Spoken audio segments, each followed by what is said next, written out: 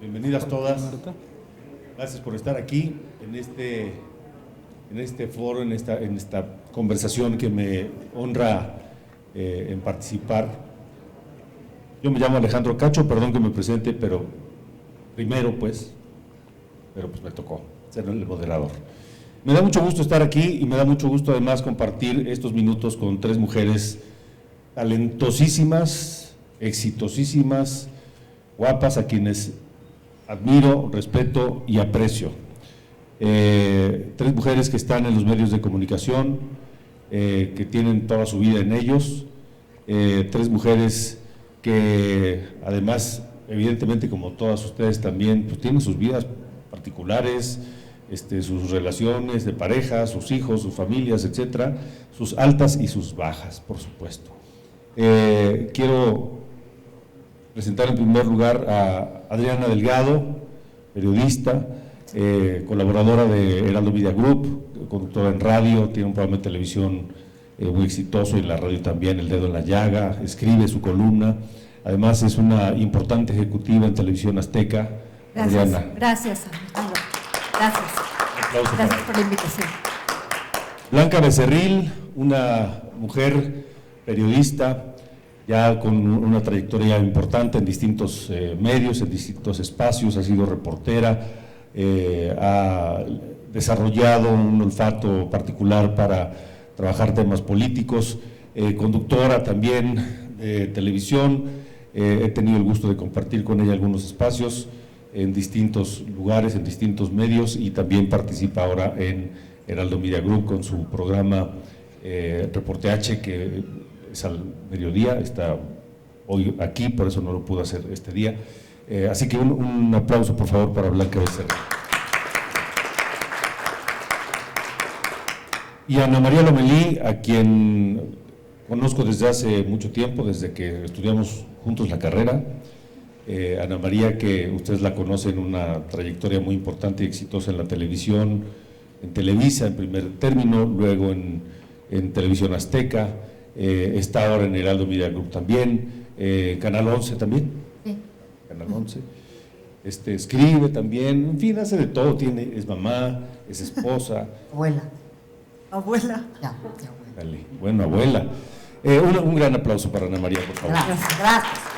Un honor. Gracias. Y hoy nos toca hablar de la presencia de las mujeres en los medios de comunicación, que son un área especialmente sensible en una fecha como esta y con un tema como este, porque es precisamente el escaparate en donde se reflejan todas las causas de todo tipo y particularmente el de las mujeres en una fecha como esta y en un país en donde la violencia contra las mujeres es inadmisible, es tremendamente alta, en donde hay una falta de comprensión por parte de los gobiernos, pero también de la propia sociedad. Platicábamos hace un momento allá afuera que en el caso de los hombres a veces no sabemos cómo abordar el tema del feminismo, del respeto a sus derechos, del respeto a ellas mismas. Y eso viene de la cultura, de la educación que recibimos todos en nuestras casas. Yo soy un convencido de que esta fecha no debería existir. No debería existir porque no debería existir la causa por la que existe. No debería existir porque no debería haber razones para exigir equidad y para exigir respeto y para exigir igualdad. Pero existe y existirá hasta que esas desigualdades se terminen y entonces ojalá algún día la fecha ya no tenga razón de existir. Hoy estamos en plataformas de medios de comunicación múltiples que abarcan desde la prensa escrita hasta los medios digitales. Heraldo Media Group es un caso de ellos y particularmente en estas plataformas digitales es donde las causas feministas han encontrado un eco particular. Yo quisiera poner sobre la mesa, para que ustedes sean las que hablen y no yo, la importancia que cada día tienen las mujeres en los medios de comunicación de distintas plataformas. Cada vez tienen una mayor participación en distintos ámbitos, desde el área ejecutiva, desde el área de la dirección, desde el área de quienes escriben o quienes hablan a través de estas plataformas. Eso como punto de partida para que ustedes empiecen con lo que quieran decir. Adriana. Muchas gracias, Alejandro.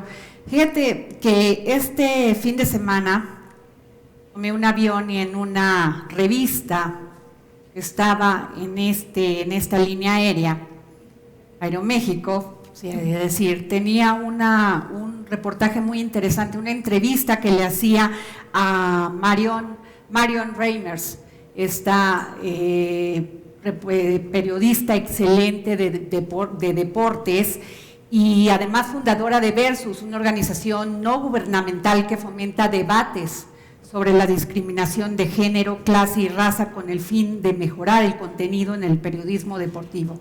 La frase decía esto: mientras los hombres opinan, las mujeres informan. Y esto me llevó a pensar qué iba a decir en este foro, y es esta estigmatización de las mujeres en los medios de comunicación. Del 40% de una sala de redacción, solamente el 20% está conformada por mujeres. ¿Por qué es tan importante que ocupemos más posiciones en esto? No solamente en pantalla, porque me comentaba también antes de entrar a esta sala una persona y me decía, fíjate que mi experiencia al pedir trabajo en los medios de comunicación masiva, no estaban en aquel entonces cuando yo me empecé a formar en este medio, no estaba todavía las redes sociales. Gracias a Dios existen, y qué bueno que existen porque han visibilizado muchísimo el tema de los problemas y de los combates que hemos dado muchas mujeres por visibilizar muchos de los problemas que le suceden a las mujeres. Ella me decía, cuando fui a mi primera entrevista me pedían que usara vestido y que usara una falda corta. Claro, hay que adornar la pantalla. Terrible. Porque si no eras bonita, tenías curvas, ya, que fueras inteligente, pues qué bueno, te aplaudían. Pero así pasaron muchas mujeres en esta carrera por tener una posición, por poder informar y todavía por poder opinar. Y esa ya era, sí, si tenías la oportunidad, ya habías batallado muchísimo porque esos espacios los tenían los hombres. Y quiero tomar esta oportunidad que me dan de participar en esto. Cristina, gracias, porque tú eres esa fuerza poderosa de apoyarnos a las mujeres en el Heraldo Media Group, y gracias a ti en lo cultural y en la soft news, pues podemos opinar muchas mujeres, pero también a la jefa Andrea Merlos, que no está aquí, que es directora del Heraldo Televisión. Y quiero visibilizar este tema. Fíjense nada más, no es correcto, ni moral, ni tampoco legal, que 700 niñas cada año sean vendidas o forzadas a vivir en pareja. Es inaceptable que 300,000 vivan en esa condición en México, porque así lo determinan los usos y costumbres de muchas comunidades.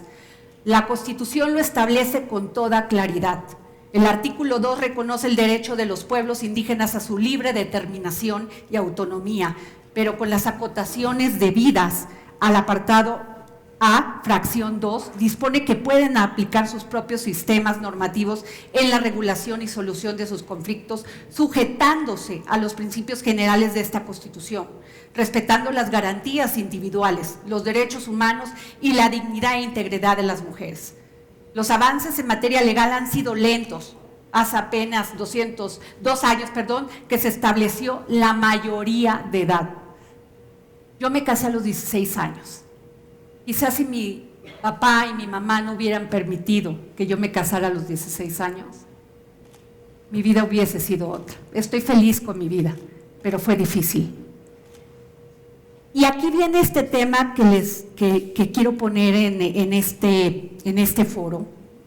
Más allá de la protesta y manifestaciones, nos falta unidad y sororidad real frente a la discriminación y la violencia de todo tipo. 10 mujeres son asesinadas diariamente en razón de su género y la impunidad sigue imperando aun cuando el sistema de procuración de justicia no está tan falto de elementos femeninos como parece. En cifras oficiales, el 49% de todos los agentes y fiscales del Ministerio Público que hay en el país son mujeres. Es decir, prácticamente la mitad. El número es muy revelador porque nos dice que el asunto de la paridad es importante, pero está muy lejos de ser suficiente para erradicar toda una cultura de discriminación, violencia y revictimización. Gracias, Pues, Adriana. Gracias. Ana María, tú. Escuchando un poco lo que dice Adriana y pensando, leyendo, estudiando y viviendo sobre todo como ustedes y como muchas mujeres que pues luchamos por ser alguien, por ser mejor, ¿no? Por ser mejor madre, por ser una mejor profesionista, se nos va la vida en luchar. Sí me parece que son los números aterradores, ahí están, ¿desde hace cuándo? Tenemos estadísticas, análisis profundos que reflejan la discriminación, el maltrato y el tipo de violencias a los que se enfrentan niñas y mujeres en nuestro país todos los días. La pandemia vino a decirnos muchas cosas. La tierra gritó que necesita espacio, pero también las mujeres llevaron la peor de las partes en esta pandemia. Eso es muy revelador justo cuando estamos hablando de una emancipación distinta y de que las cosas están cambiando. Claro que están cambiando y se lo debemos a muchas mujeres, muchas muy conocidas, otras no tanto, pero yo me quiero ir a una parte muy importante que mencionó Adriana, a la educación. Y brevemente les quiero hacer un resumen. A mí en mi casa, mi mamá siempre quería que estuviera perfectamente peinada y mi abuelita me decía, pues tú vas a trabajar, un trabajo en la mañana, rápido, para que regreses la comida a los niños. Entonces yo decía, híjole, un poco de trabajo, ¿a qué hora lo voy a hacer? No soy la mejor ama de casa, me gusta más el trabajo afuera. Entonces sí tenía un conflicto con esta necesidad de mis padres. Mi mamá, a ver, a las 2 a más tardar debes de estar en su casa, y ni siquiera sabía que iba a estudiar. Entonces, y lo he platicado con ella durante mucho tiempo, cuando de repente había un tema de violencia, ya no digamos violación, de violencia, esos temas no se tocan en la mesa, pero no se tocaban nunca. Después, muchos años después, que yo le decía a mi mamá, mamá, ¿cómo es que me fui a trabajar y nunca me explicaste realmente el tema de una relación sexual, el tema de un acoso en el trabajo, el tema de un tocamiento en el metro? ¿Cómo nos vamos así por la vida? Y se los traigo a colación porque hoy muchas mujeres que quisieran denunciar, las he visto cuando han sido ultrajadas, golpeadas, humilladas, que cuando les dicen ¿de qué lo acusas?, no saben qué delito denunciar, porque nunca nadie habla de los temas de qué tipos de violencia sufren las mujeres en nuestro país. Es un tema de educación, es un tema cultural, y no solo con las mujeres, es un tema con nuestros hijos también, es un tema de derechos humanos. Cuando pensaba en el reto de el nuevo orden, y he trabajado distinto y he tenido que prepararme para poder ser mamá, una mamá diferente a la mía, ¿no?, que la amo y me acompaña. Y estoy aquí porque cuando me vi en su espejo, yo dije, mamá, es que esto no me gusta, no puedo permitir que mi vida dependa de levantar mi mano y que alguien me atienda. No, si bien me va, ¿verdad? Esto no va a pasar. Entonces me entró una ansiedad por salir adelante a como diera lugar. Pero me he encontrado en el camino estos baches y estas lagunas educativas de las cuales somos responsables. Hoy al frente, como medio, como madre, como familias, tenemos una labor importantísima. Las escuelas también tenemos que pugnar porque abran el espectro de la educación sexual, porque ¿qué creen? Ahora tenemos que entender que están ellas, que están ellos y que están ellas que son otras personas, son personas como nosotros con diferencias, pero son personas que no existen. Quiero preguntarles, ¿cuántas personas indígenas nos encontramos en esta sala? ¿O cuántas nos verán en internet?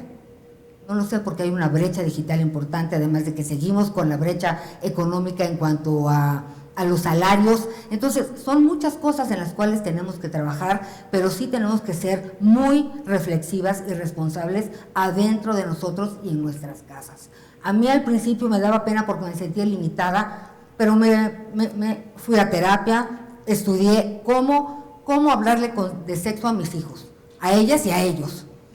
Y el esposo me decía, ¿crees que es necesario? Están chicos, ¿no? Le digo, no, mejor ahorita, antes que lleguen chicos con un bebé o otras cosas. Son muchos los temas que tenemos que abarcar, pero parten de nosotros. Y como responsables de medios de comunicaciones, debemos de jalar a las demás mujeres, y me parece esta palabra sororidad muy importante, porque hay quienes todavía viven en las sombras.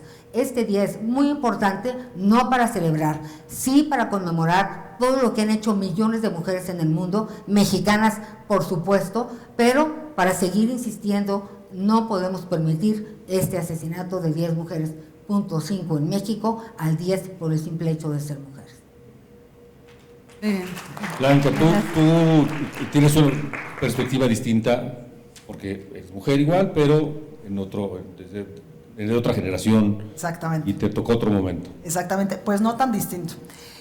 El primer reto que yo tuve que enfrentar para ser una mujer profesional fue el de mi padre. Yo estoy educada, como dicen las abuelas, a la antigüita, con principios y valores, pero a mí sí me educaron, bueno, más bien, la familia de mi papá quería reeducar a mis hermanas y a mí, en el sentido de las mujeres están en su casa y sirven a los maridos y sirven a los hermanos. El primer reto al que yo me enfrenté cuando le dije a mi padre que quería estudiar comunicación y periodismo, pero antes de eso que quería hacer una carrera universitaria, es que mi padre de Jalisco, macho, ya se lo imaginan ustedes, a caballo y estas cosas, me dijo, no hija, o sea, está saliendo en estos momentos, tenía 16, 17 años, con un niño que ni siquiera estaba saliendo, lo estaba conociendo, y me dijo, creo que tu proyecto de vida es que te quedes con este niño que le va muy bien económicamente al papá, y te esperes y no me hagas gastar en una educación que al final vas a terminar casada con él. Entonces, ¿para qué voy a invertir 3, 4, 5 años en una educación que ni vas a ejercer? Entonces, ahórrame todo ese dinero y vente a Guadalajara, te sientas, te casas, tienes hijos y te va a ir perfecto en la vida. Y después, Adriana quiso cuidar mi identidad, pero yo soy esa mujer que le contó hace unos momentos que uno de mis primeros trabajos cuando salí de la universidad, yo estudié en la UNAM y me costó muchísimo trabajo entrar porque yo hice examen para poder entrar a la máxima casa de estudios. Y mi primer trabajo, después de que salí de la universidad, después de que me fui a estudiar un posgrado al Tecnológico de Monterrey en Economía, Negocios y Finanzas, era ir a una cadena de televisión muy famosa en México. Y el primer día que llegué yo a esa cadena, me sentía lo suficientemente capaz para ser una conductora de televisión. Porque además soy una persona que siempre está informada, que lee muchísimos periódicos y que siempre está como en el timing de las cosas que están pasando en México. Y cuando llegué, me di cuenta que todas mis compañeras de casting eran o ex reinas de belleza, que es muy respetable a lo que cada quien se dedique, pero eran niñas diferentes a mí, porque muchas de ellas no habían terminado una carrera universitaria, o algunas no habían tenido ni siquiera la oportunidad, o no habían querido estudiar ni siquiera la preparatoria. Y cuando algunas de ellas me preguntaban, ¿y tú por qué vienes? Y yo, no, es que yo quiero ser conductora y es mi sueño. ¿Y en qué certamen de belleza saliste? Es que yo soy Miss Tabasco, yo soy la reina de no sé qué. Y yo, no, pues es que yo vengo de la UNAM y vengo del TEC de Monterrey. Y todas así, no, pues no creo que te quedes, porque tampoco eres el perfil. Y yo, pero entonces, ¿qué perfil están buscando? Cuando entré al casting, el productor en ese momento me dijo, eres suficientemente capaz, improvisaste muy bien, lees perfecto el prompter, tienes dicción y tienes muchas cosas que estamos buscando, pero también necesitamos imagen. Y queremos que vayas a un departamento donde estaba vestuario y te pongas un vestido diferente a como vienes vestida. Entonces, en verdad, fue denigrante para mí darme cuenta que si no tenía un escote y una microfalda, no podía acceder a ese empleo, y evidentemente no me contrataron, y después contrataron a una chica que había sido la flor más bella del ejido en Tabasco. Ella había sido la conductora que se había quedado con el puesto que yo quería.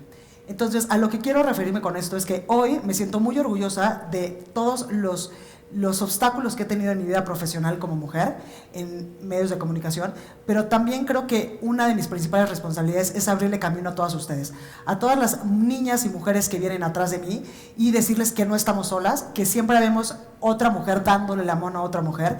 En estos momentos yo me siento muy orgullosa de lo que he logrado, pero también lo he logrado gracias a que he tenido muy buenos jefes y que he estado en instituciones donde han preponderado mi valor intelectual sobre si soy rubia o si soy castaña o si tengo unos senos enormes o si tengo el cuerpo como las chicas de Sinaloa, por ejemplo. Eso es algo de lo cual yo me siento orgullosa, porque además todos los días te preparas para ser una mejor persona.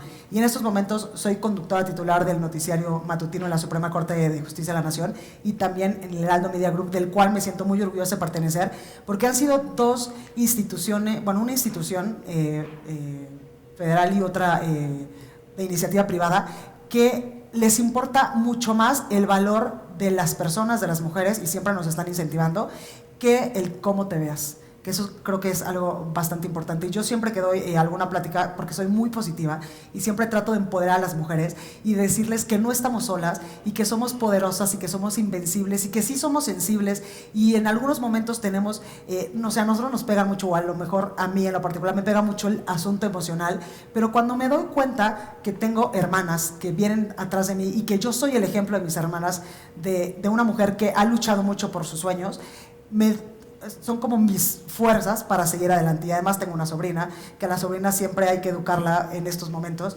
en el sentido de todos somos iguales. Justo hace rato les decía también que en mi casa, yo vengo de una familia muy conservadora, mi papá de Jalisco, mi mamá de Michoacán, mi papá en colegios militares toda la vida, mi mamá en colegios de monjas, y yo tuve una educación en un primer momento de escuelas de monjas. Iba en el colegio Las Rosas del Tepeyac en el norte de la Ciudad de México. Y cuando yo era niña, mi mamá siempre nos decía, es que las mujeres tienen que abrirle camino a otras mujeres. Y si no puedes tú, te ayudamos porque podemos todas. Y yo me acuerdo que cuando era niña, en este cambio generacional que se refería a Alejandro Cacho, mi mamá fue mamá soltera, porque se separaron cuando yo tenía 7 años de edad y somos 5 en mi casa. Entonces mi mamá tuvo que quedarse con la responsabilidad de 5 hijos, de sacar 5 hijos adelante. Y me acuerdo muchísimo que salíamos de la escuela y a nosotras, que éramos las mujeres, nos mandaban, no sé, algún deporte. Yo me encantaba el ballet, mi hermana el taekwondo y mi otra hermana karate, por ejemplo. Pero mamá, aparte de eso, nos instruyó en el sentido de, si en algún momento de la vida te toca un mal hombre o no estás bien en la relación que tú elegiste como el hombre de tu vida, o cuando te cases o cuando vivas en unión libre, tengas las suficientes herramientas para dejar una relación tóxica. Y cuando una mujer es económicamente independiente, me lo decía mucho mi madre, a la cual admiro, eres emocionalmente independiente. Entonces a mis hermanas y a mí, que somos 3 mujeres, nos mandaba clases de mecánica, de plomería, de electricidad, porque ella decía, si en algún momento de tu vida se te funde un foco, no le tengas que hablar a tu hombre o a alguien que venga a solucionarte el problema. Y del otro lado, mis hermanos, que son 2 varones, de los cuales me siento muy orgullosa, porque los dos son uno un buen padre, y el otro es un muy buen novio, que ya quisiera yo tener un novio así, la verdad, porque consiente mucho a la novia. Los mandaba clases y, por ejemplo, de cómo coser, clases de costura, de taquimecanografía, para que también pudieran ganarse la vida desde otro punto. Y nos decía Alejandro Cacho, a mí no me pasó así, pero mi mamá también me educó en el sentido de lava los trastes y lava tu ropa, y eso al final pues te hizo un mucho mejor hombre, creo yo, Alejandro. Gracias. A ver, pero escuchando lo que dicen las 3, de sus experiencias personales, profesionales, etcétera. De aquí para adelante, ¿qué? Porque la lucha por la igualdad, por la paridad, por la equidad, está hoy en un punto, pero hay que seguir empujando. De aquí en adelante, ¿qué? Pues me tocaba. Sí. Yo creo que uno de los grandes, del gran compromiso que tenemos los medios es seguir visibilizando la violencia contra las mujeres, la discriminación y el empoderamiento de las mujeres en este país mata. No solamente mata en lo social, a veces mata en lo profesional y ya en lo más grave te matan, físicamente te matan. Por eso es tan importante el trabajo que hagamos las mujeres en los medios de comunicación. Ayer tenía una entrevista con Eufrosina Cruz, diputada indígena, y me hablaba no solamente de la estigmatización de ser indígena, sino también de ser mujer. Toda su lucha en este libro que se llama La Niña de la Montaña, toda su lucha de salir de su pueblo en Oaxaca, donde además me dijo una cosa muy bonita, me decía, cuando yo sueño en zapoteca, porque esa es mi primera lengua. Entonces me contaba cómo el papá se negó a que saliera de ahí, porque pues su futuro era casarse a los 11 años, no más, como su hermana. Y ella le dijo a su mamá, yo no quiero vivir así. Dice, con lágrimas en los ojos, recordaba cómo su mamá le había puesto en una cajita de cartón su ropita, su mejor ropita. Su papá la tenía que acompañar a tomar el autobús. Dice, yo cuando veía aquel monstruo, pues nunca había visto un coche, un autobús menos. Me dice, no sabes lo que empecé a entender, cómo podía tener esa fuerza para salir adelante. Dice que cuando llega a Oaxaca, a la capital, le empiezan a discriminar a su papá porque olía a montaña. Ella olía a montaña. Me dice, no sabía usar un desodorante. No teníamos idea que había que lavarse con un champú. Me dice, estar en esas condiciones, lejos de generar miedo, me dio determinación. Le pregunté que si origen era destino, y ella me dijo no, yo creo que carácter es destino. Y fue tan nutritiva esta plática con Eufrosina, porque muchas de nosotras, hemos tenido miedo a dar ese paso, porque en el estereotipo nos dicen que tenemos que ser la que está detrás. Nos juzgan por la pareja que tenemos, por si queremos tener hijos o si queremos tener 5. Nos juzgan por nuestra condición física, por nuestra imagen, si estamos gorditas, si estamos delgadas. Siempre nos juzgan. Y ahí es donde tenemos que tener ese carácter para ser determinantes y decir, no lo voy a permitir, yo quiero estudiar. Y es muy significativo cuando a las mujeres se les permite estudiar, el empoderamiento que nace en su corazón, su pasión por crecer. Ana María, Pues, ¿de aquí qué? ¿Tú con tus hijos? ¿De aquí qué? fíjate que cometí todos los errores como estudiante y como aprendiz de todo un poco. Y cuando me iba a casar, le dije a mi esposo, mira, tú no te preocupes. Yo soy responsable de los niños, de la comida, de la casa, de los doctores, de todo, tu ropa, tu chaleco, tu botón. Tú no te preocupes por nada, nada más voy a trabajar. No quise pedirle permiso, pero le pedí permiso. Pero voy a trabajar así. Una semana estaba yo muy inquieta que si ya me había dicho si me casaba o no, yo decía, yo tengo que seguir trabajando porque sí tengo un tema con ser una mujer productiva. Estoy convencida que si no soy una mujer productiva, no puedo ser una buena mamá y no puedo ser una buena compañera y no puedo ser yo, además de todo. Y es muy importante luchar por ser quien somos de entrada. Entonces, pues él me dijo, me acuerdo que dijo, pues, sí, ¿no? ¿Quién va a decir que no, verdad? Pues sí. Por fortuna es una persona sensible, inteligente y conforme se fueron dando las cosas me fue ayudando, pero sí mi carga de trabajo era tan tremenda. Yo por eso quería los noticieros de las 4 de la mañana para las 12 poder estar con los niños y esperarlos en el camión, ¿no? Para decirles adiós.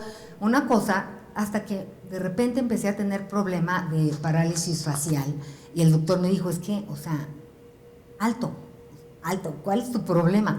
Tengo. A ver, sí tenemos responsabilidades, sí tenemos prioridades, pero también están las nuevas masculinidades y son hijas y hijos de los dos. Tenemos nosotros que tener esta preparación para realmente compartirla y exigirla. Hace rato platicábamos con Alejandro, que él había dicho feliz día por chulo y que le mentaron la madre porque realmente no es un día para celebrar. No tenemos mucho que celebrar. No negamos lo ganado, pero no tenemos mucho que celebrar. En esto estamos. Pero lo ve desde otra perspectiva. Esto tenemos que entenderlo. Entonces, sí hay que dar cursos de equidad de género, porque no es lo mismo que un ministerio público atienda al Chapo Guzmán o a su esposa que a una señora que acaban de violar. Pero eso no solamente en ese campo, en todos, abrirnos a la información. Para mí esa es una misión de vida y una responsabilidad, porque si alguien me hubiera dicho que podía denunciar a un acosador, me sentiría un poco más cómoda y hubiera sido más segura 10 años de mi vida. Yo en el metro decía, chin, sí vamos amontonados. Pues sí, nos toca a todos. Pero hasta que ya la quinta vez ya dije, o sea, no, ya tenemos un problema, la bruta soy yo, por supuesto que un codazo y yo chaparra, no quiero decirles a dónde le tocó, y no me volví a subir al metro, pero es por una ignorancia absurda. Debemos de hablar de todo con nuestra familia, con nuestra casa. Un ejemplo absurdo, de la discapacidad tampoco hablamos, hasta que el abuelito Jesús, pues de 90 años se cae y ya queda con alguna discapacidad. Bueno, pero nunca hablamos de que es una parte de la población muy importante que trabajan el triple por ser la mitad a veces de lo que uno logra. Y también ser muy honestas en que no hay vidas perfectas. Aquí tengo mis compañeras, Cacho, seguramente ustedes, la propia Cristina, que a mí me ha llamado la atención esta parte humana tan importante que no podemos perder jamás, a pesar de estar luche, no podemos perder esta humanidad. ¿Cómo enseñamos a los que vienen atrás? ¿Cómo las jalamos? Abriéndonos, diciendo honestas. Y hay más veces que yo he pisado el suelo que el cielo, se los quiero confesar. Me he caído toda la vida. Mi virtud, y sí me la quiero reconocer, es que me levanto y me levanto y me levanto y me levanto y me llego. Que no es fácil, no es fácil. Ahora en redes sociales nuestros jóvenes ven todo tan increíble, todo tan perfecto, que sí es aterrador la realidad que puedan creer que viven. Totalmente. Bueno, pues yo creo que el reto que nos toca a nosotros las mujeres que informamos es eso, informar y también motivar a las mujeres. Yo sí me considero que soy como una coaching de vida, porque a mí me ha pasado mucho durante la vida y en los últimos años también he vivido violencia, incluso en un noviazgo viví violencia, que eso tampoco lo contamos y eso tampoco es tan aceptable para una mujer que está frente a los medios de comunicación. Y en algún momento de mi vida también sufrí violencia dentro de la escuela, porque yo era la güerita que no iba a las fiestas y que tampoco se iba a los antros después de la escuela en la UNAM, porque yo siempre estudiaba y trabajaba porque como mi papá no me quiso pagar la carrera, pues la pagué yo. Entonces estudié y trabajé toda la carrera y también creo que tenemos que empoderarnos entre nosotras y echarles todas las ganas del mundo. Y a mí siempre que alguna compañera de trabajo o alguna amiga o alguna hermana o alguna prima se acerca conmigo y me dice, oye, es que estoy desmotivada y es que sé que no, creo que ya quiero aventar la toalla porque ya no puedo, en verdad se los juro que nosotras podemos con todo.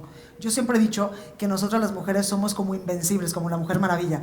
Cuando sientes que no puedes, algo dentro de tu cabeza revoluciona y siempre puedes con más, porque tienes la motivación tal vez de tus hijos, porque eres mamá soltera, o tal vez de algo dentro de ti que te movió cuando eras niña y dijiste, yo quiero ser la mejor en lo que hago, o demostrarle tal vez a tus jefes, o a tu novio, o a tu esposo que eres mucho más de lo que ellos piensan que eres, y simplemente, y lo más importante creo, es demostrarte que tú puedes con todo, y que no hay cosas imposibles para las mujeres. Así que yo les digo, échenles muchas ganas. En verdad que somos la fuerza que mueve este país y lo hemos visto durante muchísimos años cuando incluso hacemos paros después del 8 de marzo, donde literalmente el país se para porque las mujeres no salimos a trabajar o porque las mujeres bajamos la guardia 5 minutos, el país, las familias, y me atrevería a decir yo, los esposos y los novios también se paran, porque yo también creo que atrás de un hombre no, al lado de un hombre siempre hay una gran mujer, y esto me he dado cuenta porque además también doy consultoría política, y con la reforma del 2014,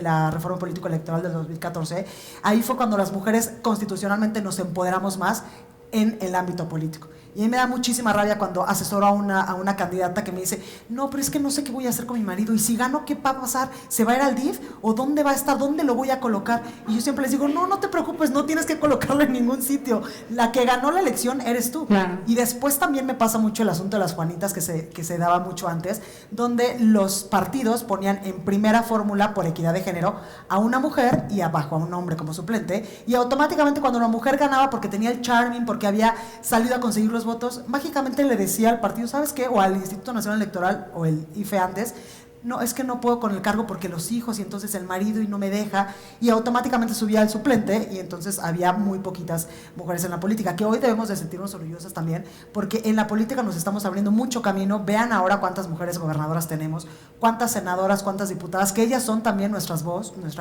dentro del Congreso de la Unión, y cuenten con nosotros. Así que si quieren mandarnos un tweet o un Instagram, o les damos nuestro teléfono, cualquier cosa que necesiten en la cual nosotras podamos ayudarles desde nuestra trinchera de los medios de comunicación, ténganlo por seguro que los vamos a hacer.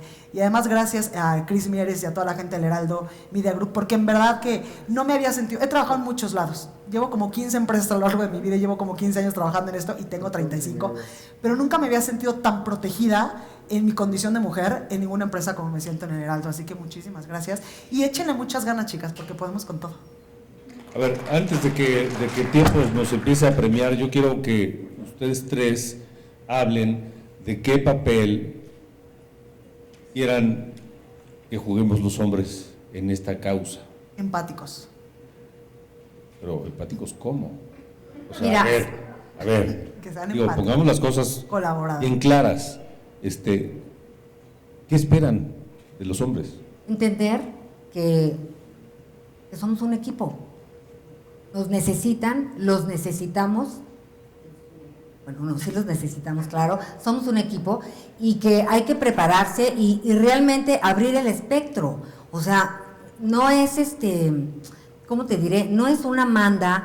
Si no hubiera sido esta reforma político-legal por cuota de género, no llegaríamos nunca. Pero capacidad hay de sobra. Entonces, a lo mejor podríamos empezar por escuchar, por entender, por preguntar, ¿no? Y realmente por respetar los derechos humanos, que es de todos, ¿no? A mí me da igual si me abren la puerta o no, me da lo mismo. Lo que sí me importa muchísimo es que me paguen igual.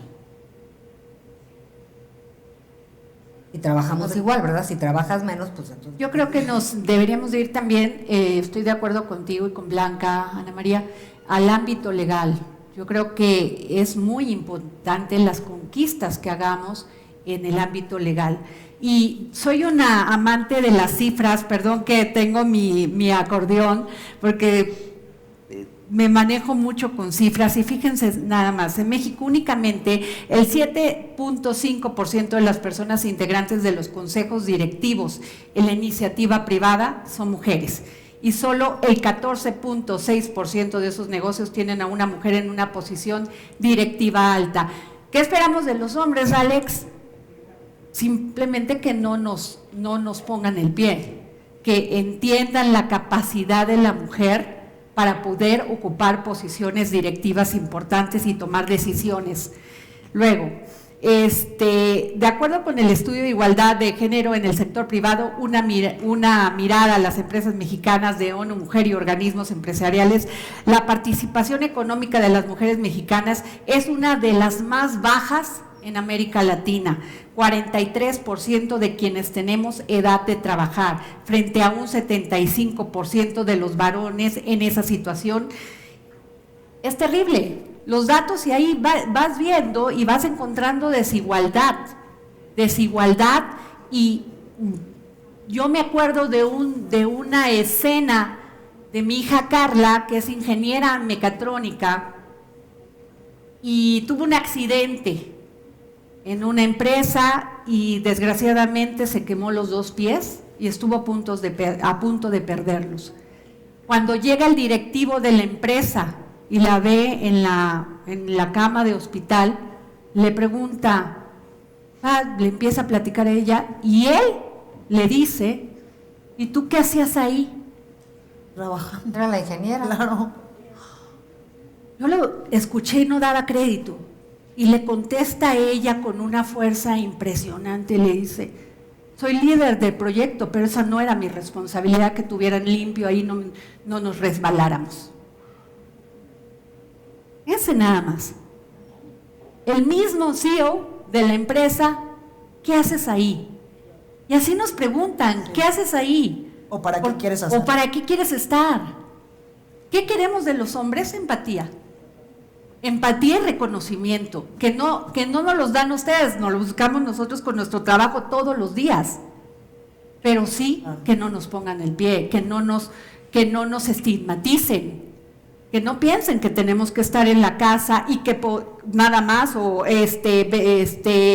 haciendo ejercicio para ponernos más bellas o cambiándonos el tinte, no, que somos personas pensantes. Y yo estoy de acuerdo con lo que dice Adriana. A mí me pasó algo muy similar a lo que le pasó a tu hija. Hace mucho tiempo, no quiero decir nombres ni nada, pero yo quería ir a cubrir el conflicto de la Franja de Gaza en Israel, con Israel. Y cuando mandé una carta en ese momento a la empresa donde yo trabajaba, que tenía su sede en Nueva York, y les expuse los motivos por los cuales yo me sentía capaz y yo quería, porque anhelaba, mi sueño dorado es ir a cubrir una guerra. Entonces, Cris, si quieres mandarme a Ucrania, yo soy feliz. Entonces, cuando les mandé una carta a los ejecutivos de Nueva York, la primera pregunta es, ¿para qué quieres ir? Pero pues, si tú eres mujer. Y yo sí, pero soy mujer y soy suficientemente capaz para ir a cubrir una guerra, porque ya he cubierto elecciones, he cubierto muchos desastres naturales y han dado literal en todos lados. Y después el ejecutivo, cuando yo le contesté soy suficientemente capaz, yo creo que reculó, como diríamos. Y me dijo, no, sí, Blanquita, pero es que no me estás entendiendo tal vez, o no me estoy dando a entender. Pero al momento de yo preguntarte por qué quieres ir a cubrir una guerra cuando ni siquiera tienes 30 años, era no por el sentido de discriminarte o hacerte menos porque no fueras capaz, sino porque si te mando a Israel, a la Franja de Gaza, necesito mandar un hombre que te cuide las espaldas. Y necesito hacer varias gestiones porque allá hay mucho asunto con las mujeres y necesito incluso darte un poco de recursos para que tu vestimenta la cambies porque tienes que usar un niqab o sea, tienes que estar completamente cubierta y necesito mandarte a un hombre que esté detrás de ti todo el tiempo por si en algún momento algún guerrillero te quiere hacer algo, ese hombre te salve. Y entonces yo decía, Dios mío, es como película de Hollywood, como la Mujer Maravilla yendo a la guerra. Mira, yo creo que aunado a todo esto, hoy tenemos más herramientas que antes no teníamos. Es nuestra responsabilidad conocerlas y ejercerlas en su momento dado. A mí algo que me ayudó mucho, primero fue la ignorancia y luego fue que no me tomé nada personal.